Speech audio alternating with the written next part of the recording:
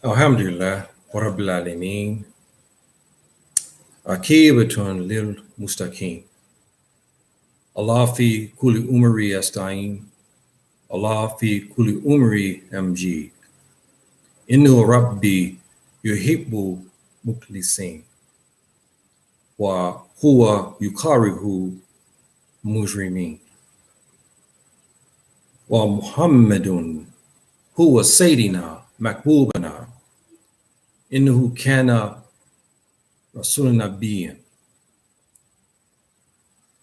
wa innahu kana mukhlisan afdal min an-nas. Inna nuhibbuhu wa sunnatuhu wa shari'atuhu. Salawatu Allah ta'ala wasalamuhu عليه.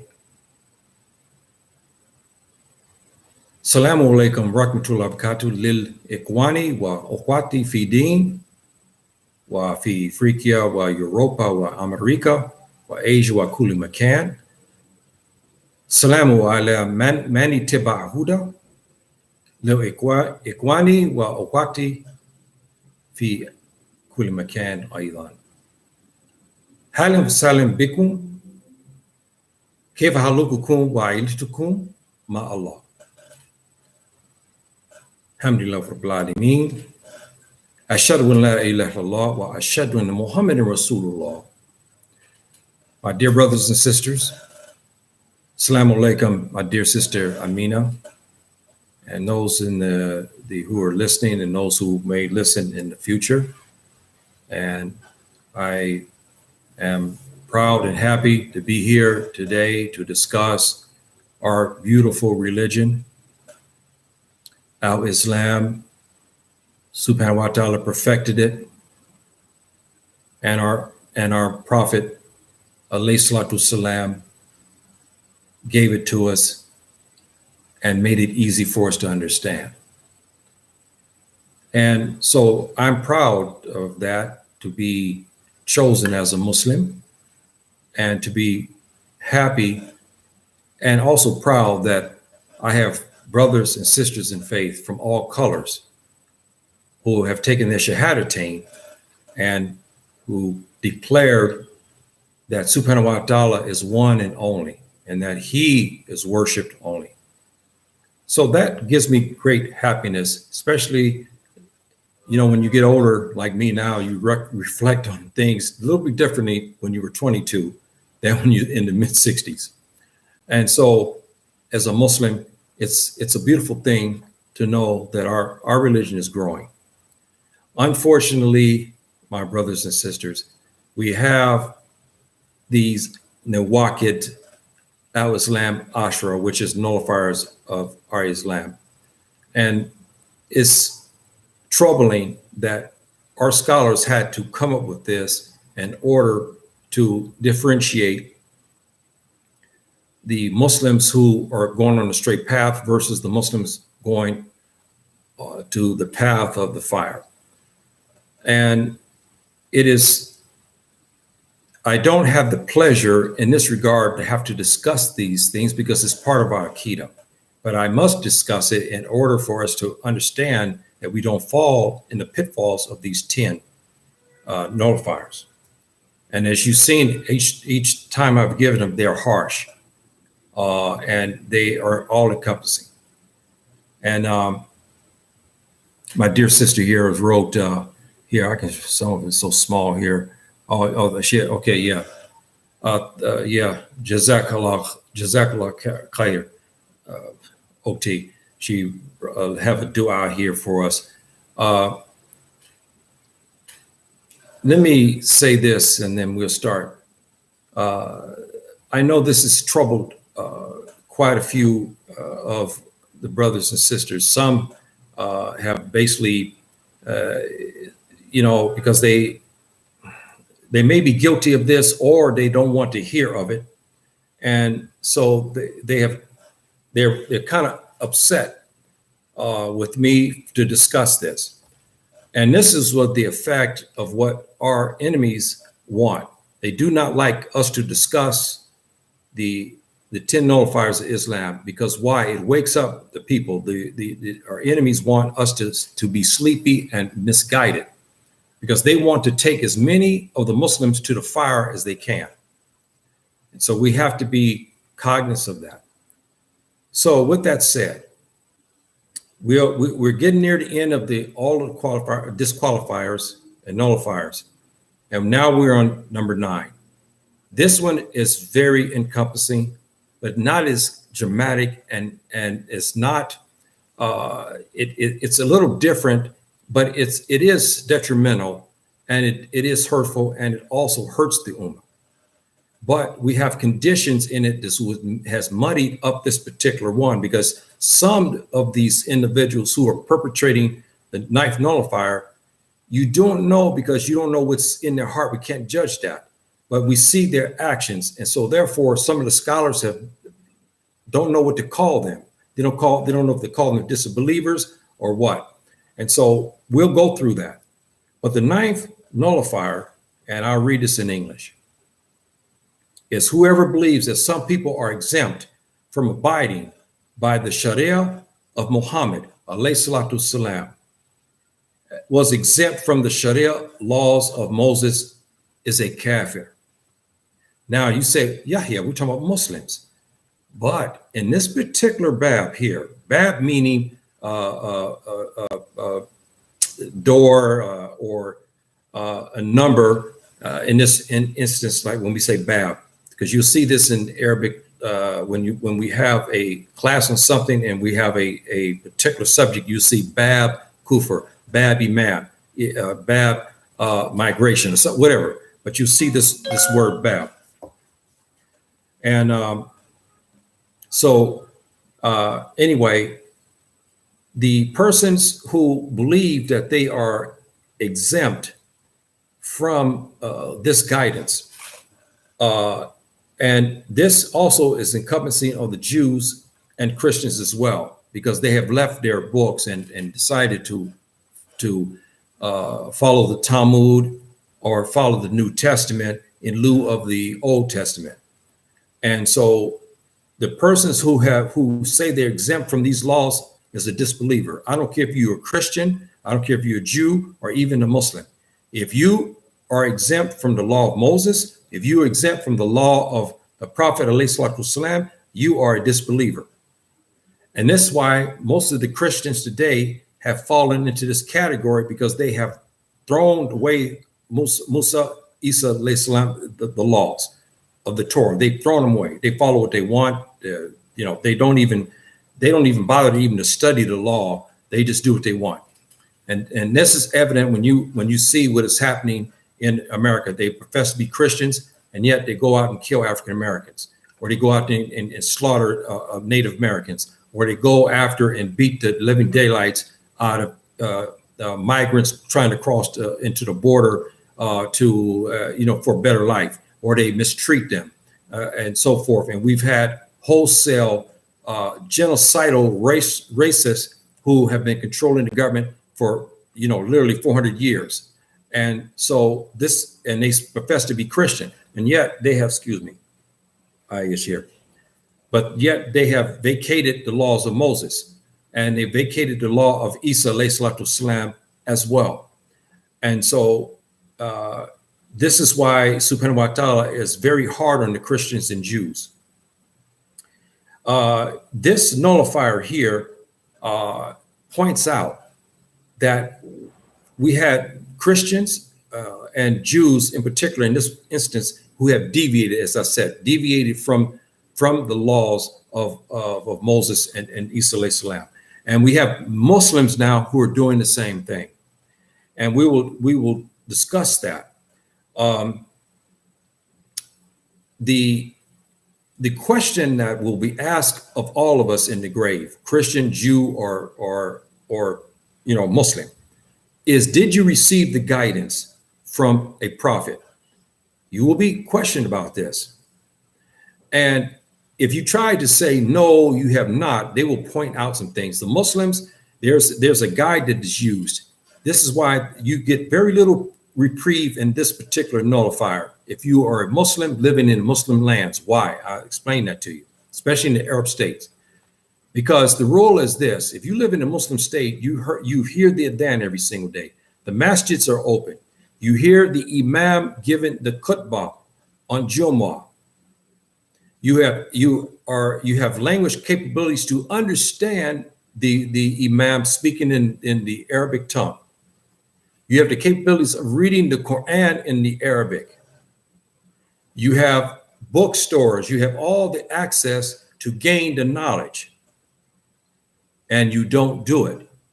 Whereas in America, they don't have those resources, but that windows is closing on them because we have the media today, and we have brothers who have come back from their training in Islamic schools in Arab states mainly, and they come back to teach inside the United States.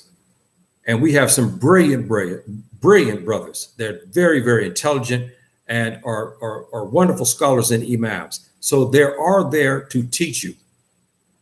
But we have this difficulty even in Muslim states today. You'd be surprised the ignorance of many Muslims. I mean, out and out ignorance. They will have no excuse on Yom Kippur because they're living in one of the 57 states, and there's no excuse for them. Those in the West, you have some excuse, but that window is closing, as I said. So let's look at this here.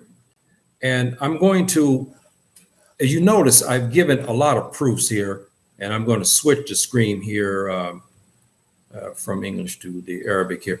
Okay, yeah. Okay, here we go. Now, I'm going to cover something. One of the first things I want to cover is Surah 4. Okay, Surah 4 was Nisa, and the verse is 80 and 81. I don't know if I wrote them down, but today I'm running kind of late as well. Assalamu alaikum, my dear sister, Mystic. And this gives you indication the importance of following our prophet and what Subhanahu wa ta'ala said. Again, this is Surah 4, verse 80, and there's 81. And I will read this real quick here in English. He who obeys the messenger obeys Allah. But if any turn away, we have not sent to you watch over their evil deeds. This is another tafsir in itself. But the crux of this is that you obey the messenger. That means his sharia, and that means his sunnah as well. You cannot pick and choose with this. You cannot do it. You just cannot. Now, I'm going to talk about some people here that I'll talk about the categories here, inshallah, about some of these people. Here are the deviants, the ones who are deviant, who profess to follow when you know they don't follow. You see them on the street, they have nothing to do with Islam, but their mouth, they talk about Islam and they talk about following the prophet when in fact they don't. Or they'll say to you, you don't know what's in my heart. Abu Bakr, radiallahu anhu, the first caliph, what did he say about this in a beautiful deed? Very wise. He said, yes, we can't judge the heart, but we can judge, but the action speaks for the heart. Meaning, if you see me running out of a crack house, and then I come to you and say, well, you know what? You don't know what's in my heart, but you saw me coming out of the crack house. You see me going there 2 or 3 times per week. So I come to you and say, you don't know what's in my heart. Well, you judge me by my actions. This is what we're talking about here. 81, Subhanahu wa ta'ala says, they have obedience on their lips, but when they leave you, this is the hypocrites who say they followed our prophet and they say they follow Subhanahu wa ta'ala. When they leave you, a section of them mediate all night on things very different from what you tell them. When the prophets come to all the prophets, we have the same thing. They profess obedience, but when the prophet leave or the student of knowledge leave, they then devise their own schemes. This is what they're talking about here. And then Subhanahu wa ta'ala says, but Allah records their nightly plots, so keep clear of them. This is a warning to the strong Muslim. You know, these type of people like this, you stay clear of them. Because Subhanahu wa ta'ala says you should keep company with those who believe like you. Just because he says he's Muslim doesn't mean he's practicing. That doesn't mean he's practicing Islam. Because you know, even in the American states, you didn't know this person was a Muslim. You see him smoking, drinking, eating pork. He's got many girlfriends. And then finally something happened. And then you find out that Yahya is a Muslim. We have those type of people a lot today, especially in the Western world. So it says, stay clear of them and put your trust in Allah. This is important. So also, we will hit 143, 142 and 143 in the same Surah 4.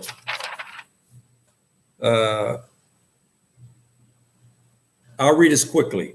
The hypocrites, this is 142, and this is Surah 4, Nisa, 142. The hypocrites, they think they are overreaching Allah, but he will overreach them. When they stand up for prayer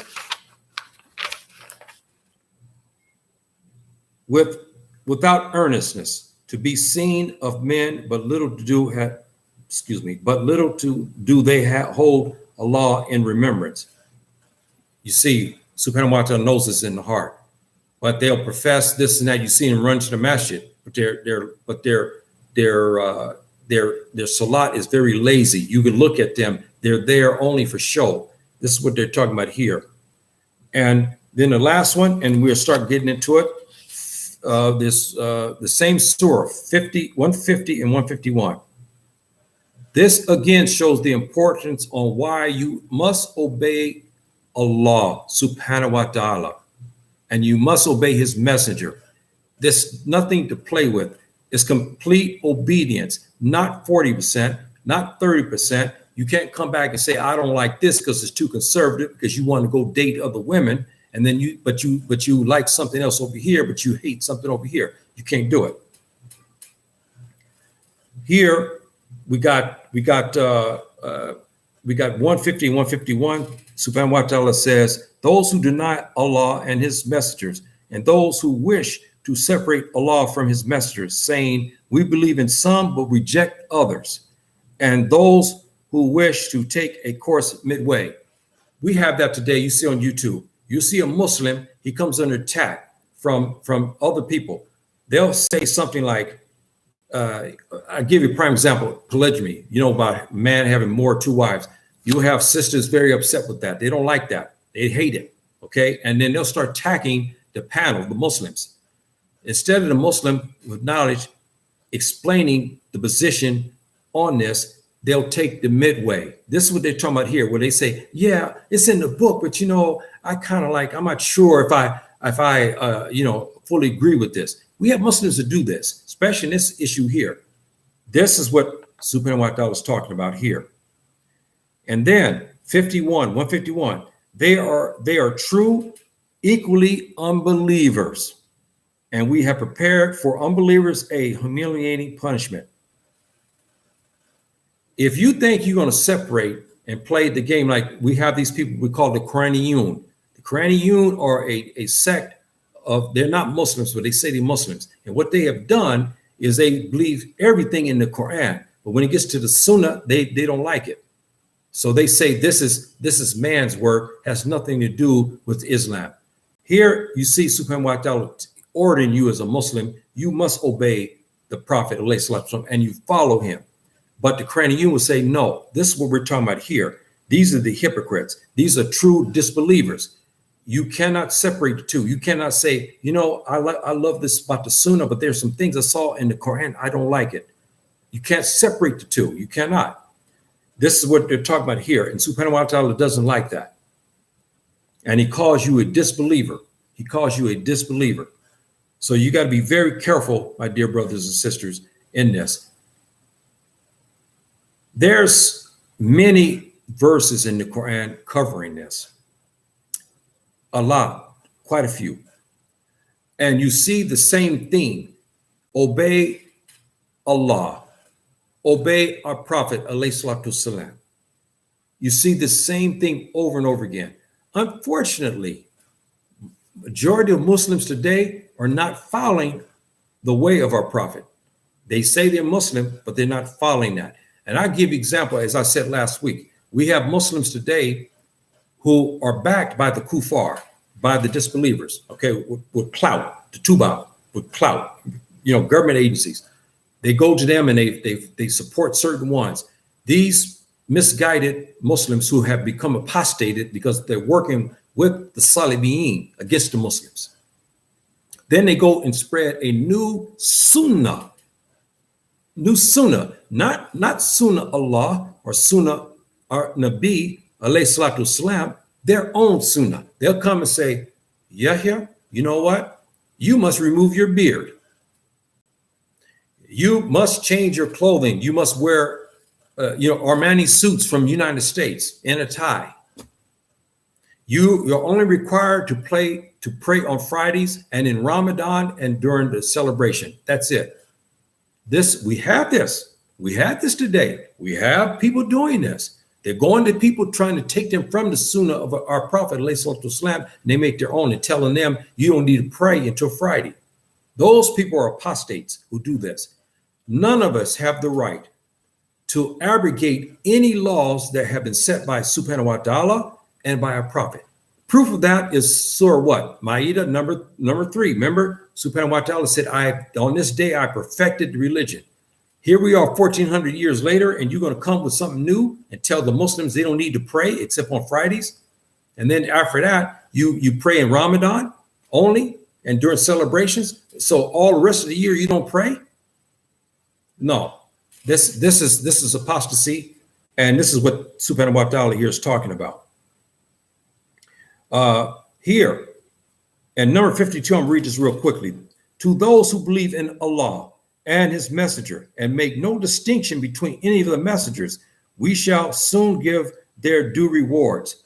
Now, the Muslims who follow, when this hypocrite comes to you and say, Yahya, don't pray, man. I don't want to see you go in the masjid and pray except on Fridays. And you say, no, I'm going to follow the sunnah of our Prophet. We're supposed to go and answer the call of the adhan. Every time we hear, we're supposed to answer the call. We're supposed to pray. I'm going to get my reward for this. We get a reward for that. And you see what subhanahu wa ta'ala says. Make no distinction between any of his messengers. That means Moses, alayhi salatu wasalam, Jesus, alayhi salatu wasalam, John the Baptist, Yahya, alayhi salatu wasalam, Abraham, salatu wasalam, Noah, all of the prophets, alayhi salatu wasalam, all of them. We make no distinctions. We can't say one's better than the other. That judgment lies with subhanahu wa ta'ala. He's telling you here, don't you make any distinctions between them. This is 152, Surah 4. So this is a little tidbit here to show you that when the Christians come and say, you know what, you hate all the messengers. No. All the others. You don't like Musa, alayhi salatu wasalam. No, that's not true. Here we haven't gotten an order here. Make no distinctions between them. And most of us know the rules about Isa, Jesus, alayhi salatu wasalam. He is revered, loved, and respected in Islam. And subhanahu wa ta'ala has talked about him and his mother. We know that in that beautiful surah, and hoping one day I'll be able to talk about that surah. It's beautiful. It's a beautiful surah. It brings a lot of people to Islam, and it brings a lot of people to tears as well. So I've given you some proofs, and there's other proofs too. Surah 7, Ashraf 157 is another one of these verses. It's covering that. And 158 also. This is Surah 7, 157, 158. I'm giving because there's many of them. There's just literally many. Now, here's to the crux of this. According to this particular bab, the Christians and Jews are obligated to follow our Prophet as well. You heard me say this many times. Why? Remember I talked about the Hindus? The Hindus are given the same directive in their Vedas. Buddha told them there will be a prophet to come. And he gave his name. Subhanahu wa ta'ala gave Buddha the name. He said his name was Muhammad. And he said, this is his father's name. And he will come. You follow him. The Hindus rejected that. The Jews were given the indication, okay, in the Old Testament, Song of Solomon, and there's some others, that this new prophet will come. The scholars, the wise scholars of the Jews, also the Hebrews, they were given their guidance from Subhanahu wa ta'ala, telling them that the new prophet will be among the Arabs and for them to follow. Majority of them did follow, and they tried to get their people, but there were some elements that didn't, as you know the history about Islam. And there were some who went great distances to come to the Medina to give their obedience to the new prophet. But many of them didn't do that, and we know that. And even today, the Jews still fight that. They were given a fatwa, a religious ruling from the scholars, the Jewish scholars, saying that the new prophet has been verified. He's among the Arabs. His name is Muhammad, alayhi salatu wasalam, and you must follow him. But they did not do it. This is what we're talking about here, is wajib, meaning is obedience for the Jews and the Christians to follow. They have no excuse not to follow, because even in the books, they tell that this man is coming. And now that man has came. You must follow him. Now, we have this, we'll say this. There are many Jews who are coming to Islam. There's many, especially the younger ones. And we even have rabbis, you see them on YouTube, have rediscovered, and they went through the Quran and have been blown away by what they've read. And they come to Islam. So, kudos to them. And I give my salams to those who are coming to Islam today, and those in the future. I give my salams to them. And this, again, is wajib. I have so many proofs from Subhanahu wa ta'ala. Now I'm going to get into some of the details about the Muslims who are having problems in regard of our prophet, alayhi salatu wasalam. The Muslims who have left about the Sharia of our prophet, alayhi salatu wasalam, we know, as I said earlier, that these persons who do this are misguided and they're kuffar. They're out. They're finished. But we have to, because Islam is fair. We have a balance, but we have conditions to this, because there's sometimes things happen that why people can't follow our prophet, alayhi salatu wasalam. I'm gonna give you some of those. One, the person who has ignorance upon the things about the Sunnah of our prophet. This is where the West comes in and the new Muslims come in. They have not been trained and educated yet. You can't come and fault them and call them a kafir or more apostate because they didn't make their wudu right, or they didn't know that they had to do certain things first before they make their prayer. You can't go after them for that because they don't have the knowledge. This is what we're talking about here. And we, especially in the West, we have people, because of the fitna, the tribulation in the West, and because of the rat race, it's very difficult for many of the people to learn. Meaning, you work from 6 in the morning to 6 at night. You come home, you're tired. You have to take care of your wife and your children. When are you going to find time to study? It's very difficult. When Saturday, Sunday roll around, you're just trying to recuperate from what's happened and work. And if you are a black man in particular, you always have in the back of your mind racism, and we know that. Okay, so racism is a factor that we have to deal with, and so we have those factors, and that does not classify you as a disbeliever because of that. But that doesn't mean that you don't learn. It means that you do have some excuse, but you're not going to have a 50-year excuse. If you're 20 years old and then you have 30 years down the road and you still at the same level, that's a different situation altogether. Subhanahu wa ta'ala is going to come after you for that, because you should have gained some knowledge by that time. The second one, we see this in the West a lot, but it's happening in Muslim states now too, where the person is prevented from using the Sharia of Muhammad alayhi salatu wasalam. We see that. And no one is going to ask any Muslim, to put himself in peril. Meaning, if you live in a vicious state with the disbelievers, and you know by following certain things of Muhammad, it's going to put you in jail or get you killed. And it's easy to kill you in jail. You know that.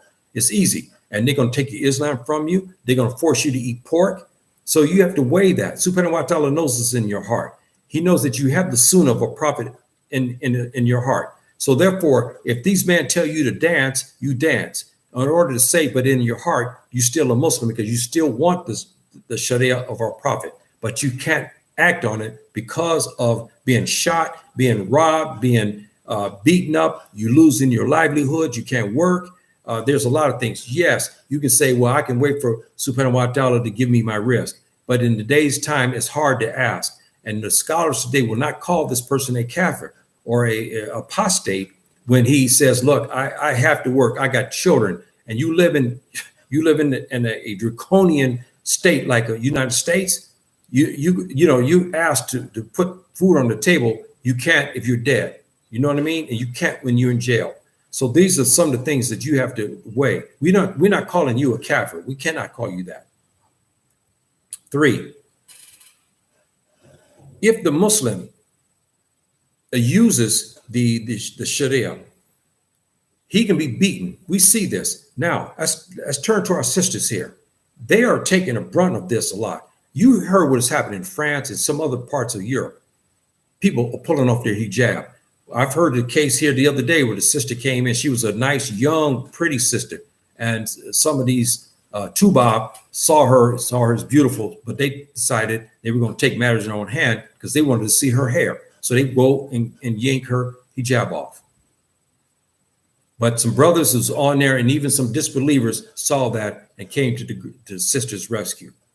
So, these are some of the things here that we can't call these people, and we call the sister. Now she's scared. She's been threatened. You keep coming you walk down the street here to go to school and you wearing your hijab, we're going to ravish you. We're going to do this, even though you call the police. You know how the police are, especially if you're black. And they're going to say, yeah, okay, and then and they don't do anything until after something happened to you. You have to weigh that, my dear sister. If you know that you got people and you live in an environment so toxic where you go and you observe, that doesn't mean that you're going to go and be naked. And I'm not saying that either. I'm not saying you go and put clothes revealing. No, you try to find a happy medium. But if it comes to the point where perhaps you can't even wear the hijab because of the draconian laws and because of that, there's no protection for you when you walk around there, you got to weigh that. And you have to ask Subhanahu wa ta'ala to give you guidance in that. We can't call you a disbeliever. We cannot. And that you disbelieve in your prophet and his way. You cannot. Number 4, the Muslims who live in a as I talked about earlier, in a state of where the disbelievers, where the laws are against them. And some of the Sharia may dispute with the laws of the United States. Now, especially the divorce laws in the United States, how crooked it is. Okay, how crooked and devastating they are. If you act and do some things under the Sharia, they'll put you in jail, especially I know in California. When they come after you and take 90% of your money and leave you 10%, that's not Islamic. Our Sharia is not like that, where all your wealth is taken and given to the ex-wife and you're left with crumbs. And then say you implement the Sharia of our prophet, alayhi salatu wasalam. Yes, you abide by the laws. You say, look, I'll give 50-50. My wife will have something, but I'm going to be able to. That's against their kanun. They'll put you in jail for that. You know that. After a period of time, they say you owe $5,000 in interest and and they come and put you in jail until you pay this. This is what we're talking about here. You have to be very careful. If it violates these American laws or the European laws, you have to weigh those issues.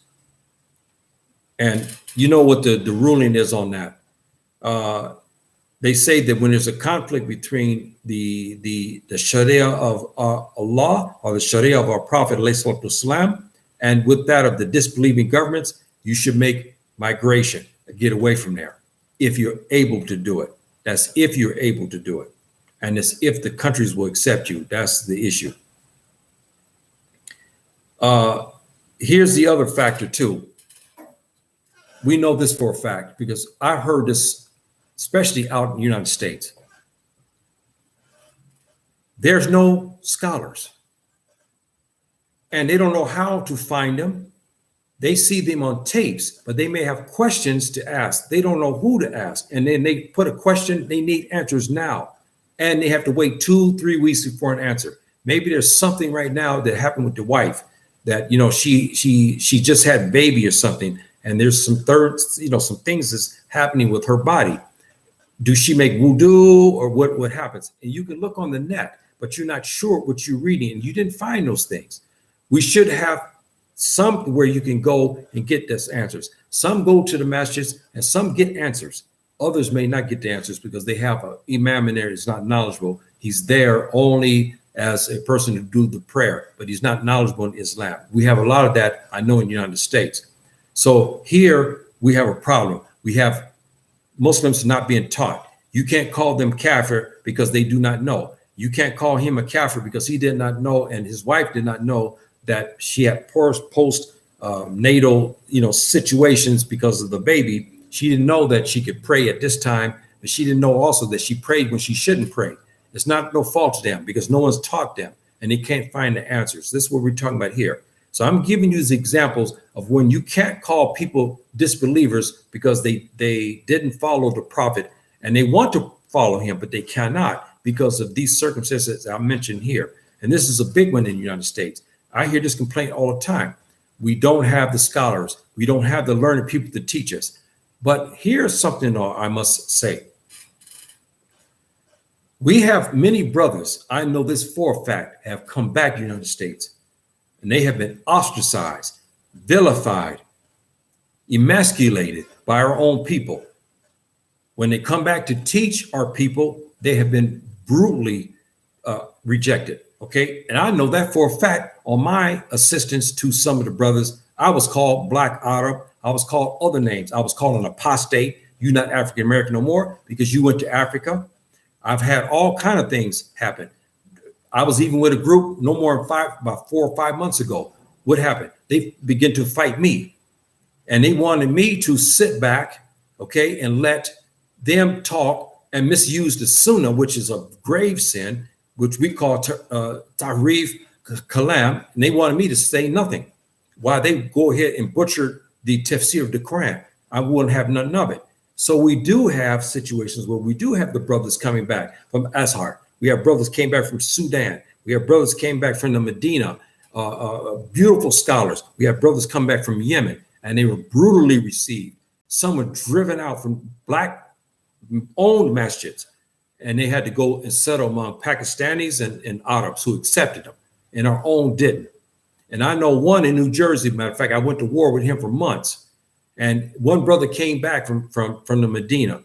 He'd been there 10 years. He was well versed, and he came to give his sister, not to take over the masjid. And the brother ate him up alive and drove him out of the masjid along with the others. And again, the same verbiage: you ain't Black anymore. You went over there. You speak Arabic. A whole list of peripheral things. So it goes both ways. We have some they're rightfully so. They're not getting they're not getting the knowledge because they don't have anybody to teach. But there's others that have the crab and barrel theory, where they don't want to see you have the knowledge, so they're going to try to pull you down. And when they can't, they ostracize you. So we have that as well. And we know of this one I talked about here. He was turning in the brothers who came back, and he's calling them all kind of names: Wahhabi, Salafi, as though they were criminals, terrorists, and he was turning them in. The minute they come in his masjid, he get on the phone and call the police on them so they can do investigation on them. This man, this one here, this imam did this. He's an apostate. He's an apostate because he's assisting the enemies of Allah against the Muslims. And he admitted to me, he said when they come in there and he hears them speak Arabic, he jumps them immediately and tell them, you don't speak Arabic in here. He's African American talking like that and turning in other African Americans to the Tubab so they can go after him to take his Islam or put him in jail or put him on the terror watch list. He's an apostate. So we have both of those. We have that. We have both. So I had to be fair. Now, we have the seventh. And this is where the scholars are differ on this, my brothers and sisters. The seventh one is the laziness. And it happens, especially in the United States. They are tired when they come home from work, so they get lazy. They know they should study the Quran, but they're lazy. The scholars differ if we call them disbelievers. But when we get to the next nullifier, the last one, number 10, subhanahu wa ta'ala has made some references to this, but I won't get into that now. But the scholars differ. Do we call the habitual Muslim who does not seek knowledge, do we call them kafir or not? They're lazy. Yes, they pray, but they don't do many things they should to keep their Islam up. They just pray. They fast when they should be, and they don't gain any knowledge. They don't teach their wives. They don't teach their children anything. And this is a laziness. And the scholars differ. So since we have this discussion, remember the rules of thumb. If we have something going on and there's a ruling, but we have a disconnect between the scholars on that issue, the person who's doing it, we cannot call them apostates or disbelievers. Remember the rule here again. If we have a dispute among the scholars, okay, on an issue, and one of the issues too, again, we won't get into that, but salat, but most of the consensus are, most of don't, that is another issue. But they have some issues on salat, and some of the people in certain circumstances, we can't call them disbelievers because they have an alibi or a reprieve in certain things. So there we can't call them that. This is a situation here where people are lazy, like sitting in the West. The man's working, I mean, he leaves at 6 in the morning, he finishes at 4, but it takes 2 hours to go 30 miles or 30 kilometers to his house. He's wore out. Then his wife comes in, she has to have her time, and his kids. He's got to pay bills. You understand what I mean? And then when Saturday morning come around, you drained. You got to spend time with your family, and you may not have time to spend with your family, and therefore you have to weigh the issues, and you don't take the time to pick up the Quran to learn it. This is where the scholars here talk about here. Do we call them disbelievers? And we can't, because since we have that dispute between the scholars, we must take the middle road. And here's the last one on this particular issue about those who have excuses and reprieves.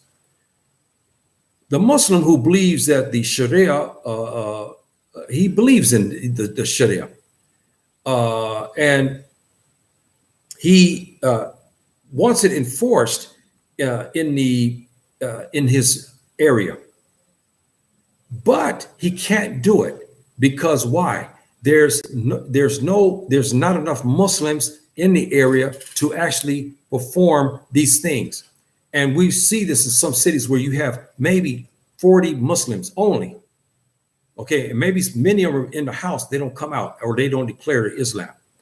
And you have this, they believe in the Sharia of Muhammad alayhi salatu wasalam and his Sunnah, but they can't practice some of it, a lot of it, because they don't have others to help. And those who have, the other part of this, they have bad intentions about the Sunnah and of our Prophet and the Sharia. And those individuals, they don't want to implement it. Okay, so you have the other one. But they'll say, all the things they need to say about Islam, but they'll say that they really don't want it.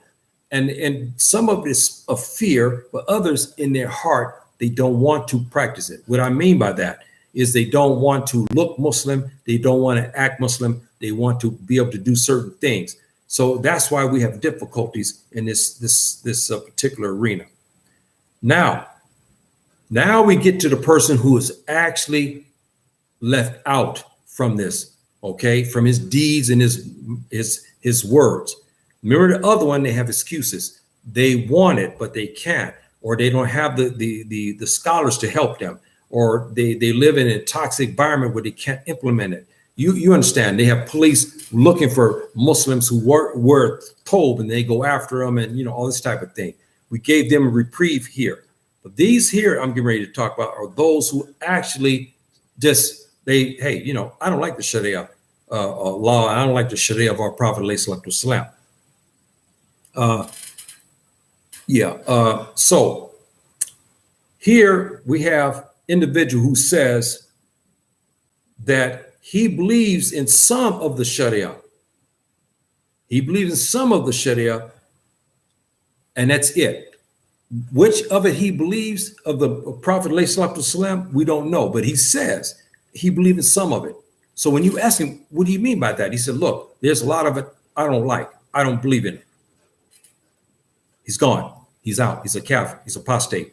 Second, this person says that he makes a difference between subhanahu wa ta'ala, okay, and our prophet. Remember, I gave you one of the verses in the Quran where subhanahu wa ta'ala tells you don't make that distinction between the prophets. Not only that, but try to make a distinction between Allah and his messenger. Because remember in the hadith, I put by accident, I forgot. I have it in Arabic here, the hadith in the chat. You see up the chat here. This is hadith, authentic hadith of our Prophet ﷺ talking here about following subhanahu wa ta'ala and following him. It's important that you do this. Here, this person says, you know what? There's things I don't like in the Quran, but I like some things of the Sharia of the Prophet ﷺ. So I'll ignore these rules here, but I'll go ahead and do this over here in the Sunnah and the Sharia of our Prophet. That's a distinction. Or he says, you know what? I found this thing and it's ambiguous. We're not sure of the meaning in the Quran. He uses that to say, you know what? I'm going to vacate the Sharia of Muhammad. I'm going to follow this verse in the Quran. So I'll start dating. You see what I mean? This is the other part of that. You can't make the difference between the two. The people who do this, they're disbelievers. Bottom line, they are disbelievers. Now, number three, as I said before, he disbelieves. This is a person, is another type of Muslim. He disbelieves in some of the Sharia of Allah, and he also disbelieves in some of the Sharia of our Prophet.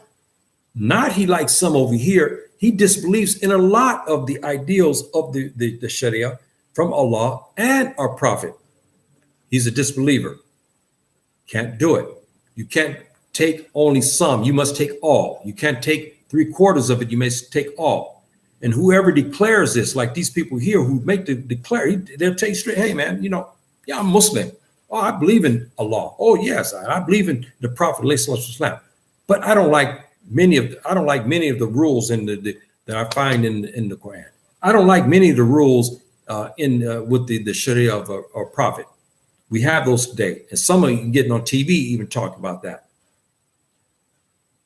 Now, the fourth one.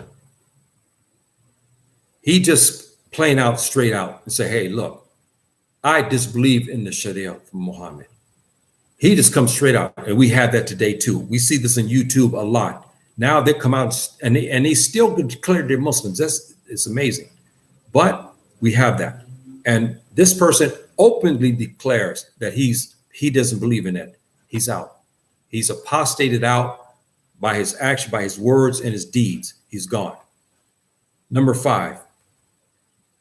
He believes that the governance from the kuffar, okay, communism, democracy, Taoism, some other different types of governance is better than that of the Sharia, which remember that was a nullifier number 3 in the nullifier Islam, but it also applies here.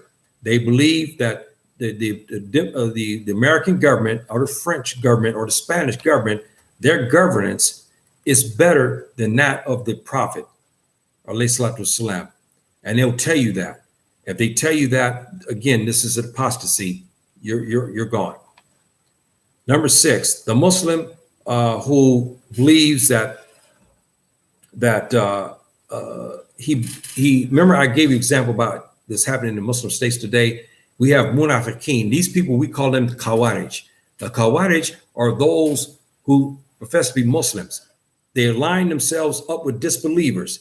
They show reverences and love and everything for the disbeliever. and they show hate, genocidal hate for believers. They work against believers. Some make their career 20 years and they're constantly only focused on believers, but they show kindness. Give an example of that. They see me walking down the street, they're making names. They see me fall. Now, I'm an elder person. They see me fall, or I drop my groceries, or I drop some bags down on the thing. They say, "Oh man, you see this guy? He's a Muslim." That's what they do. That's what they say about the strong. He's a terrorist. But here is a disbeliever who fight Muslims. He come down the street and he drops the same bag. He runs to go assist the Tubab. And he's a disbeliever. He goes and chastises me and call me a criminal. The one who's in his lands, he knows is working against the Muslims. He's working out of the embassy, but he'll go to assist him and help him. Sadie, sir, yes, yes, let me help you. This is what we're talking about here. These are the people we're talking about here, these people here. And then he says, and we have this, I've had these people talk to me about this. They establish and say that the Sharia of our Prophet, ﷺ, establishes criminality in the nation. Can you believe that? The man who was voted the most influential in history by Tubab historians, I mind you. This Muslim who says he's Muslim says that the Sharia of the Prophet establishes criminality in the land. And we have that. Some may not openly say that, but they legislate against it. I'm talking about Muslims now. We're not talking about the disbelievers, because we already know they don't like this. But we're talking Muslims. They say they're Muslims, and they legislate against the Sharia of the Prophet. And some come out and tell you, oh, you know what? If we implement the full Sharia here, if we implement the Sharia of a Prophet, we're going to have more terrorism, and we're going to have more people shooting. And this, see, that's apostasy. The Muslim who says this, he's gone, he's out, he's a kafir, he's apostated out. Because to say that the Sharia of the Prophet is that established criminality, it is beyond belief. But we have so-called Muslims doing this today. These are Khawarij who do this. These people are Khawarij who do this type of thing like this. And they go and then they establish a new Sunnah. Remember, I told you last week, I had, the Tubab were after me a lot. I go to, especially Fajr prayer because it's dark. I go to walk in the morning many times. Even after prayer, I walk for exercise. I should. I'm older now, but I love walking, especially after Fajr prayer. I make my prayer. I love to walk, like a kilometer, a mile or something, and then come back to the house. I love that because it's quiet, and I walk. And I started having disputes because the Tubab was sending Mujrimeen criminals, these Khawarij, to come talk to me, to discourage me from going to the masjid. And remember, I told you they had established a new Sunnah. So he told me when I start arguing, we start getting kind of heated. It was 4 of them arguing with me. And I said, look, I'm following the Prophet. I'm following his rules and laws and Allah. I'm walking to the masjid to fulfill my obligations as a Muslim. Remember what I said, what they said to me? They said when there was this dispute between the laws of Allah and your messenger, he said, your messenger and that of the Salibiyin and the intelligence agencies of this country, you follow our law first and our rule first. That's what they told me. So I asked him, because we're talking in Arabic, but I asked him, are you a Muslim? He said, yes. He's not a Muslim. This is what we're talking about here. They have established a new type of Sunnah, okay? That is their Sunnah. It's not Sunnah of Allah. This is what we're talking about here. And they come and they said that reason why they established that is because the criminality, because the Sharia of our Prophet, ﷺ, is criminal. But they say this and they believe this. These are the Khawarij. Now, we have 7. The Muslim who rejects the Sharia, these guys I was talking about, or they refuse to give obeisances to it. I give you an example of that. Here we have the Muslim who straight on out, they don't like the Sharia. They don't like the Sunnah. And they'll give you hints they don't like that. But then when you ask them, you say, hey, you know what? Did you make your abeyance upon the prophet, on the Sunnah of the prophet? They said, no, I won't give my abeyance to that. We have that today as well. This is what we're talking about here. This man who say he's Muslim, he said that just as he said that there, he's apostated out. He's apostated from the religion because he said he will not make abeyances upon the Sharia of the prophet. That's one thing, like you sitting in California where you want to implement it, but you got LAPD standing over your head. You got intelligence agencies standing there waiting, watching you, who will put you on terror watch list, may even arrest you for terrorism, or they'll trump up charges and put you before a two-bob jury and say that you did this, and then they'll come back and make say, look, we'll give you a plea bargain when you did nothing wrong. And then they'll give you 30 years for something that you did not do. Okay, that's different. Here, you're not sitting in that kind of situation. You're sitting in a Muslim state. Okay, and you come and you tell this person you won't make a bet. Well, we have that. That's everywhere in the Muslim world now. Everywhere they say, and they still will tell you, I'm Muslim. Yeah, but I still believe I'm a Muslim. I give the Shahadatain. Well, which Muslim does this? Who says this type of thing and says that they're Muslim? They're not. They're apostates. Now, here's the ones that why I told you I left a group, because they were doing this. And this, to me, is one of the most grievous crimes that you can do as a Muslim, outside of working with the Tubab and their governments. Here, the Muslim makes a lie upon the Sharia of our prophet. Remember, saying that it's a criminal, it's terrorism, it makes the country involved in terrorism.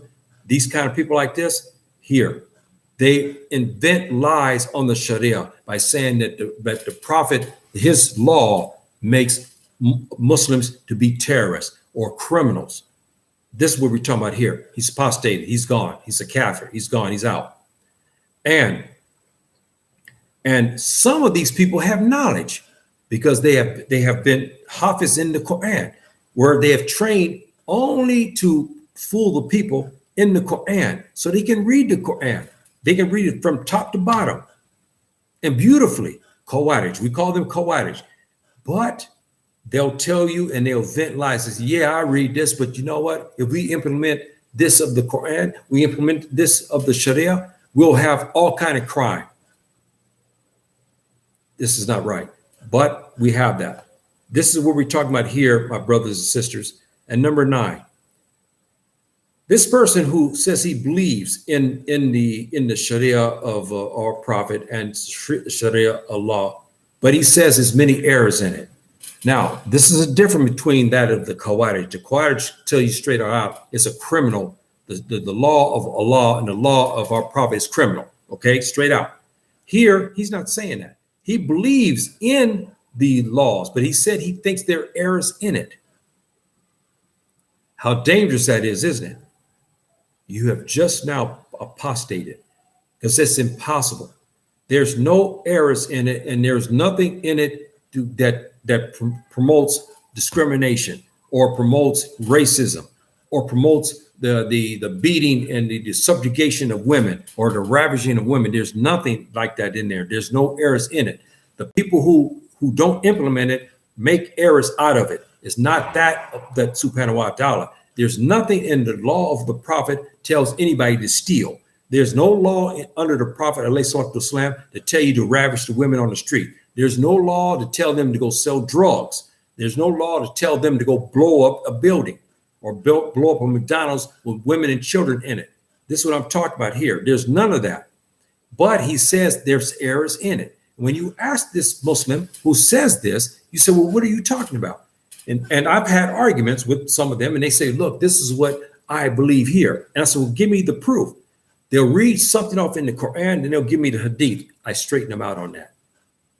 Some leave me and say, yeah, you're correct. Yes, Sheikh, yeah, you're correct. They'll say that to me. But then I come back the next day, I find them still doing the same thing, because the Khawarij went to them and say, hey, man, don't follow this man. This man's a terrorist. Talking about me. He's a terrorist. He's a criminal. He's following the Sharia and following the Sunnah. Don't listen to him. Okay. You just do what you want to do. I had a dispute with him because he was talking. It was a friendly dispute. I saw him come inside the masjid. He would not do the tahiyat to masjid. And he gave me excuses why he would not do it, because the Khawarij said certain things. And this is what I've talked about. He told me at this time there were some errors in the Sharia of the Prophet and the Sunnah of the Prophet, because he was doing certain things in the masjid. I saw that. That's how I was talking about this situation. This guy didn't say he didn't believe in it. He does believe in it, but he also believes there are errors in it. That's wrong. And now the last of this is the Muslim who straight out says he don't believe in it. And he's paid by the disbelievers, the Tubab governments, to say this, to implement laws to prevent the Sharia of Allah and the Prophet in the land, and to make it difficult for the Muslims in Muslim lands and other places to follow the Prophet. This is the last one. This person is an apostate who does this. So I hope I gave you some good indications today on this. This is the ninth one. This is not as dramatic as the other one, where we have people assisting. Because why? Assisting the Muslims, assisting the disbelievers, because that leads to people being killed.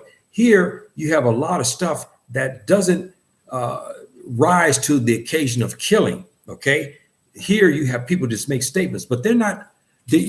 Some of these don't go out and hurt other people. They don't bother me. They let people do what they want. Salaam alaikum, my dear brother Isaac. Thank you for showing up, my brother. They don't hurt anybody. They just believe in certain things. They're not out to hurt and kill anybody, but they have their own beliefs. This is the type. Number 8 leads to people being killed, and that's a big difference. So I gave you some of the proofs on this, my brothers and sisters, to stay away from this particular waqid of Islam,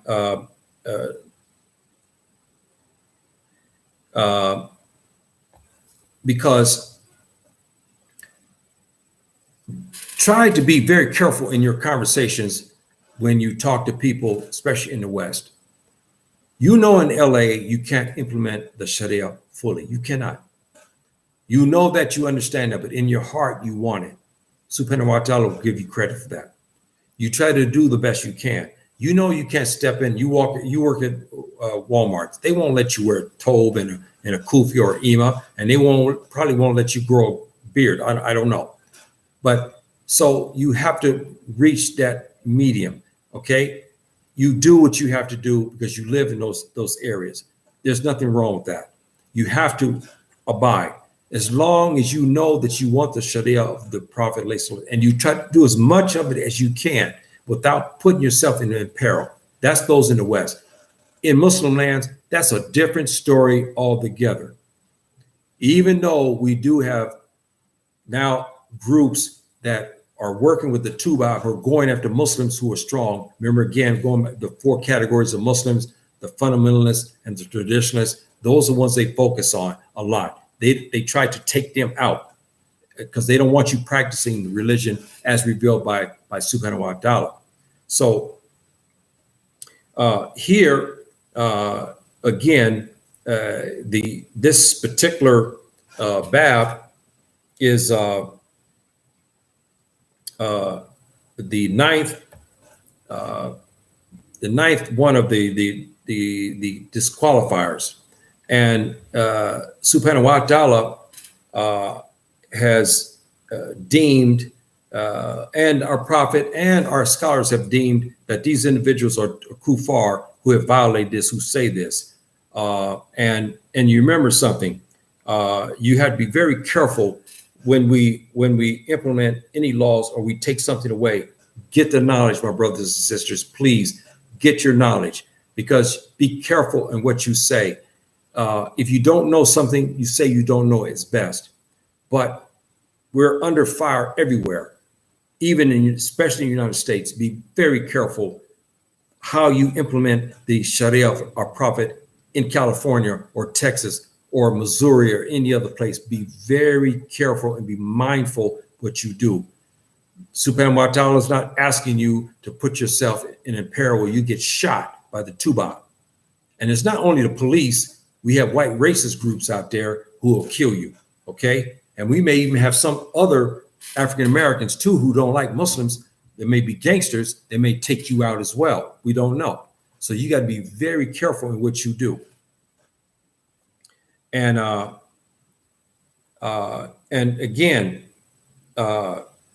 this bab here focuses on a lot of things that help the Muslims to discern about our Prophet and his law. Learn it. Try to take classes to learn this the best you can. Get books, even those in English. You try to get books to understand the Prophet's way. There's many books in English now, but the best is by getting the Arabic, and then you can pull the good books out, the deep knowledge that you will find in the way of the Prophet and the prophets, the prophethood of the Prophet, his ways. We have books and they break it down good for you to implement the Sharia of our Prophet. But we do have some good books in English as well to help you. You have to seek that out. You have to seek that out, my brothers and sisters, because if you don't do that, you could run the risk. And I'll talk about that next week. And I will finish up here by saying next time, inshallah ta'ala, we'll cover the last. I know some people will be very happy because they say this is mundane. I understand. The 10th nullifier, and I'll read this off quickly: total disregard or turning away from the religion of Allah by neither learning it, remember I said about that, nor acting upon it. And the evidence of this is saying in Allah, and I won't give you we'll go through this, inshallah, I won't give you the proof of we'll go through this, inshallah. This is a 10th. Remember, we were talking about not learning it. This is part of the nwaaqid of Islam. Yeah, you don't learn it. That's why I told you laziness. You have a reprieve to a degree sitting in California or in the West, but not 30 years of it. In 30 years, you still at the same level. You can't read anything in the Quran. You have no Arabic. You don't understand the Sunnah of our Prophet. After 30 years, this we're talking about here. They call that a apostated move, a move of kufr, that you don't seek the knowledge. So that's the 10th disqualifier. And this one also has caused a lot of dissension, and a lot of people are upset behind, especially in the United States, because we have Muslims, especially African Americans. When you ask them to go learn Arabic, they get mad. You said, I don't need it. I don't want it. We have books in English, so why do I need to speak Arabic? It's not that you have to speak Arabic per se, where you need to go down the street to speak it to every single person. No, because you're not living in a Muslim state where Arabic is spoken. You're in an English state, but you should have some basis of the Arabic so you can read the text that Subhanahu wa ta'ala revealed. What does he say in many verses in the Quran? He talks about Quran and Arabian, right? And it was made for you to understand. Subhanahu wa ta'ala is telling you that. So this is why you have to try to learn some of it if you can, and do the best you can. When you're old, 70, 80 years old, that's a different situation. It may be difficult for you to learn, but you can learn the Fatiha. You can learn certain things. And even if it's in English, you get the Quran and you read it and try to understand it as much as you can, and try to find somebody in your leisure on YouTube that you can learn your religion from, because it's important. Because here, this is a serious, Subhanahu wa ta'ala comes after you.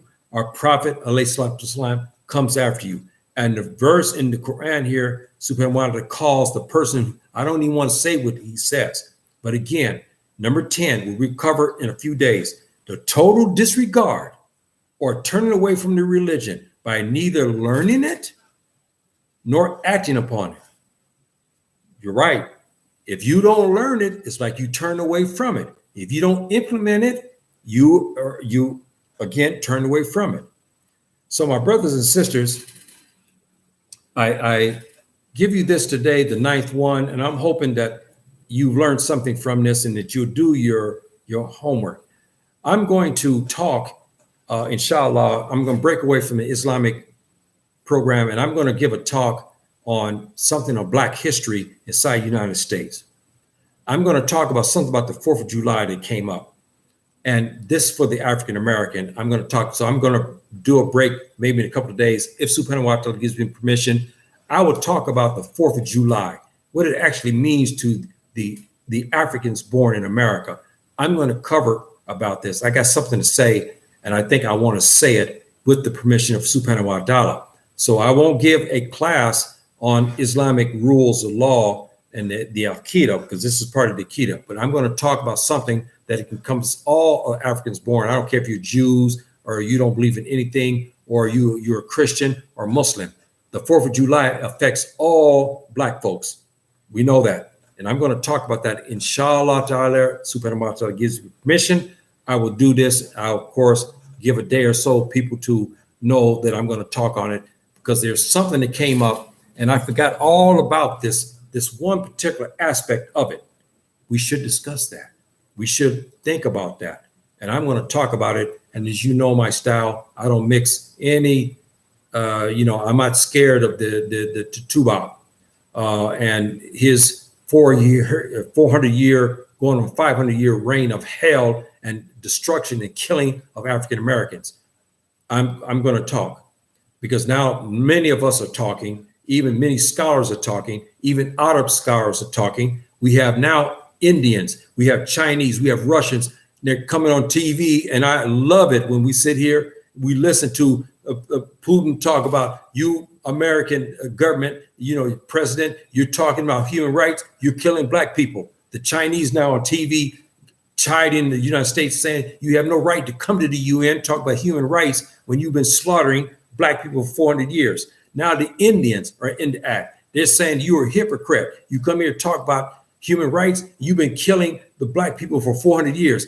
Everybody's going after the American government now because of their hypocrisy. That's right, because of their hypocrisy. That is great. I love it. And now they have no excuse. What are they going to do? They're going to kill everybody in the world now? They cannot. The governments are coming back at them. They're coming even to some African countries, and the African presidents or brothers sit there patiently, listen to them while they lecture them on human rights. And they say, you know what? I saw here, there's 2 Bob cops just killed a young teenage boy in the car he had no gun. I heard that you just stormed a sister's house. You said that they were selling drugs out there, and you killed the husband and the wife in there and shot up the child as on top of that. They're starting to do that now. So the Americans now have got their own medicine thrown back in their face because of this. I'm going to talk about the 4th of July because I think it's time. It's kind of break away from Islamic, and I will talk, and I'll give my talk on this. And in a couple of days' time, I'll give you kind of a notice, inshallah ta'ala. If I get permission, I'm going to pray on it. Subhanahu wa ta'ala gives me permission, I will talk about this so-called 4th of July. Okay, my dear brothers and sisters, I've been long a little bit today. Please forgive me.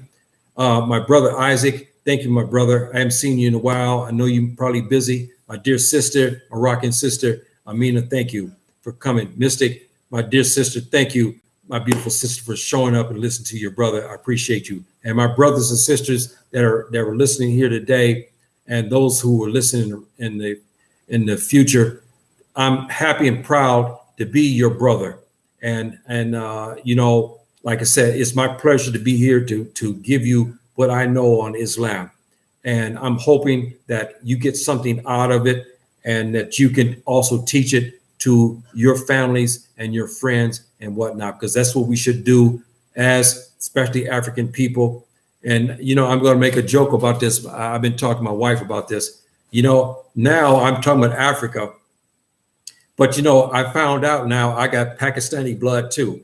And I've had people talk They thought I was from Pakistan. They said, oh, I didn't know he's African American. It's funny.